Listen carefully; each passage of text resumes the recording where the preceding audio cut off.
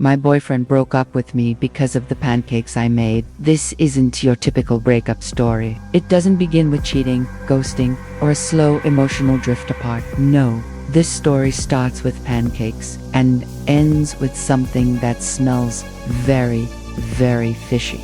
Literally, I was 28 years old when I started dating a man I'll call Nosferatu. Not his real name, of course, but one that fits in more ways than I realized at the time. He was 38, 10 years older than me, and everything about him screamed mysterious. He wore black, like it was a second skin, spoke softly, quoted obscure philosophers, and had that magnetic intensity that can feel so alluring when you're still trying to find yourself.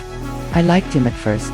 I really did. He made me feel seen, at least at the beginning. But men like Nosferatu always have a pattern, and slowly it began to show. At first it was subtle. He didn't like the books I read. He called them overwritten. Then he started commenting on how I laughed. Too loud, too attention-seeking.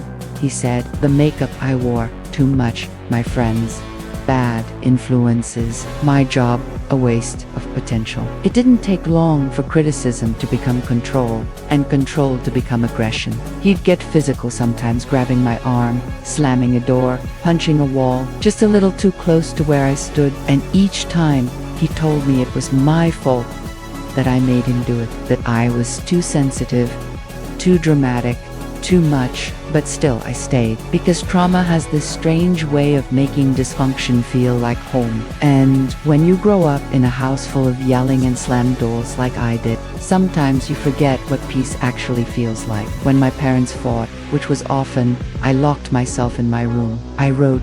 It became my sanctuary, my way of escaping into other worlds.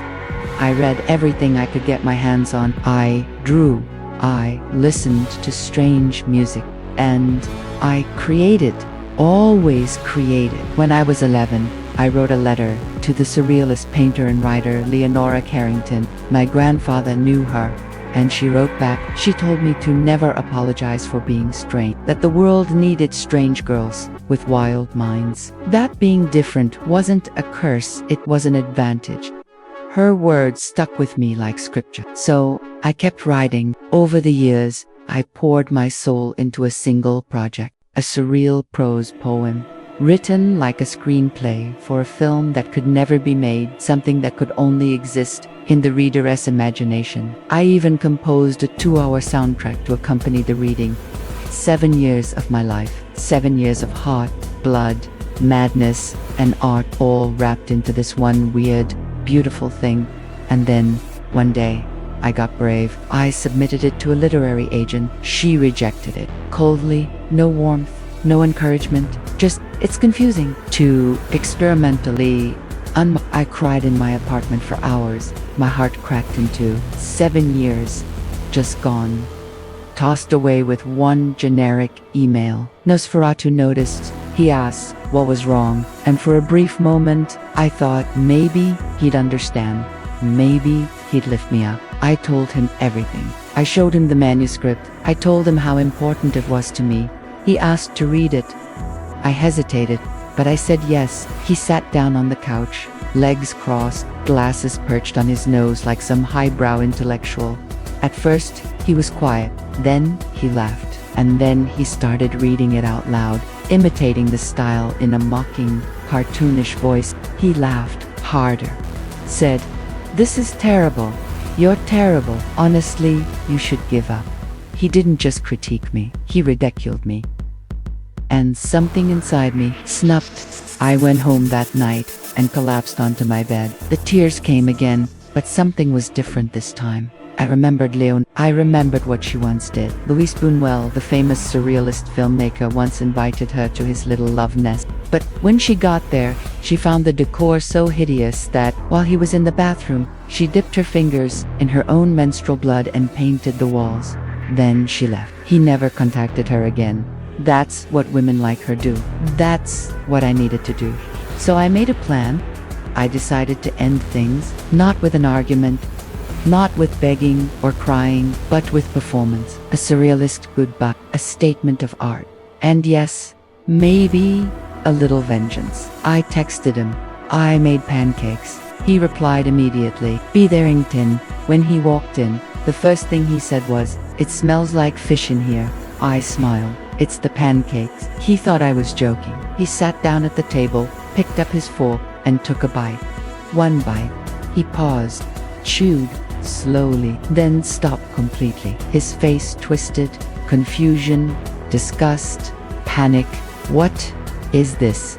he asked, spitting it into a napkin. I leaned in, smiling, slowly, unbuttoning my shirt, trying to be sexy in a deliberately unsettling way. "It's sweetened with something special," I said. "Lady syrup, girl goo, mermaid, marinade, latte meow meow." His eyes widened. I kept going. "You like it, don't you?" At this point, my shirt was fully my chest was bare. He stood up so fast his chair fell backward. He sprinted to the bathroom and vomited violently. When he came back out, his face was red. He was shaking. He exploded. "You're disgusting," he shouted. "What is wrong with you? You must have an infection. This is messed up." Then he stormed out, slammed the door, broke up with me right then and there, and that was that. But here's the thing. It wasn't what he thought. There was no girl goo, no lady syrup. The pancakes were spiked with just a little juice from canned sardines. That's all. Enough to make them taste foul, but not dangerous. And in that moment, I knew I was free. Free from his insults. Free from his control. Free from the voice that kept whispering, "Maybe you're not good enough." I promised Leonora Carrington when I was a child after she wrote to me that I'd never let a man make me give up on myself or my art. That I'd never let anyone, no matter how powerful or persuasive or charming, steal my fire. And I kept that promise. Nosferatu taught me something. The best revenge is not success, it's absurdity. It's reclaiming your power through your own rules, through surrealism, through audacity, through art. Since then, I've submitted that piece again and again. And maybe it'll get published someday, or maybe it won't. But either way, I won't stop writing. I won't stop being strange. I won't stop being me. And if that means I have to cook a few more sardine pancakes along the way, so be it.